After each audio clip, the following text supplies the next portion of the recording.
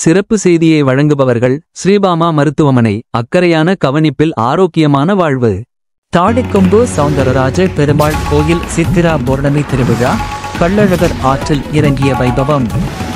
திண்டுக்கல் மாவட்டம் தாடிக்கொம்புவில் 400 ஆண்டுகளுக்கு மேல் பழமையான சௌந்தரராஜ பெருமாள் திருக்கோயிலில் சித்திரா பௌர்ணமி திருவிழா வெகு சிறப்பாக நடைபெற்றது. இவ்விழாவின் முக்கிய நிகழ்வாக வரதராஜ பெருமாள் கள்ளழகர் வேடம் பூண்டு பச்சை பட்டு உடுத்தி குதிரை வாகனத்தில் குடகனாற்றில் இறங்கிய கண்கொள்ளா காட்சி அரங்கேறியது.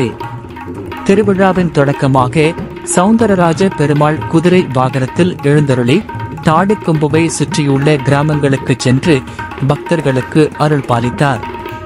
பின்னர் இரவு தாடிக்கொம்பு பகவதி அம்மன் கோயிலில் தங்கினார். அதனைத் தொடர்ந்து பகவதி அம்மன் கோயில் மண்டபத்தில் இருந்து தங்க குதிரை வாகனத்தில் பச்சை பட்டு உடுத்தி கள்ளழகர் வேடம் பூண்டு குடகனாற்றில் இறங்க புறப்பட்டார். பக்தர்கள் குதிரை வாகனத்தை தங்கள் தோள்களில் சுமந்து செல்ல ஆற்றில் இறங்கும் எதிர் சேவை பல்லாயிரக்கணக்கான பக்தர்கள் மத்தியில் கோவிந்தா கோவிந்தா என்ற கோஷத்துடன் வெகு விமரிசையாக நடைபெற்றது. குறிப்பிடத்தக்க வகையில் 50 ஆண்டுகளுக்கு பிறகு கடந்த வருடம் 18ஆம் படித்துறையை அறநிலையத்துறையினர் தூர்வாரியிருந்தனர். இதன் காரணமாக தற்போது ஆற்றில் சென்ற தண்ணீரில் கள்ளழகர் இறங்கியது பக்தர்களுக்கு மேலும் மகிழ்ச்சியை அளித்தது. அப்போது கூடியிருந்த ஆயிரக்கணக்கான பக்தர்கள் பக்தி பரவசத்துடன் கோஷங்களை எழுப்பினர். ஆற்றில் இறங்கிய பின்னர் கள்ளழகர் அகரம் மற்றும் தாடிக்கொம்பு ஆகிய பகுதிகளில் அமைக்கப்பட்ட மண்டபங்களில் எழுந்தருளி பக்தர்களுக்கு அருள் பாலித்தார். ஏராளமான பக்தர்கள் கள்ளழகருக்கு தேங்காய் பழம் உடைத்தும் நெய்வேத்தியம் வைத்தும் வழிபட்டனர். இதனைத் தொடர்ந்து கள்ளழகர் திண்டுக்கல் நகருக்கு வருகை தந்து ஒவ்வொரு மண்டகப்படியிலும் கலந்து கொண்டு பக்தர்களுக்கு அருள் பாலிப்பார். இந்த திருவிழா நிகழ்வுகள் நிறைவடைந்து கள்ளழகர் வரும் 19ஆம் தேதி மீண்டும் கோயிலை வந்தடைவார் என்பது குறிப்பிடத்தக்கது. இந்த ஆண்டு சித்திரா பௌர்ணமி திருவிழாவில் திரளான பக்தர்கள் கலந்து கொண்டு சௌந்தரராஜ பெருமாளையும் கள்ளழகரையும் தரிசித்து அருள் பெற்றனர். விழா ஏற்பாடுகளை கோயில் நிர்வாகத்தினர் சிறப்பாக செய்திருந்தனர்.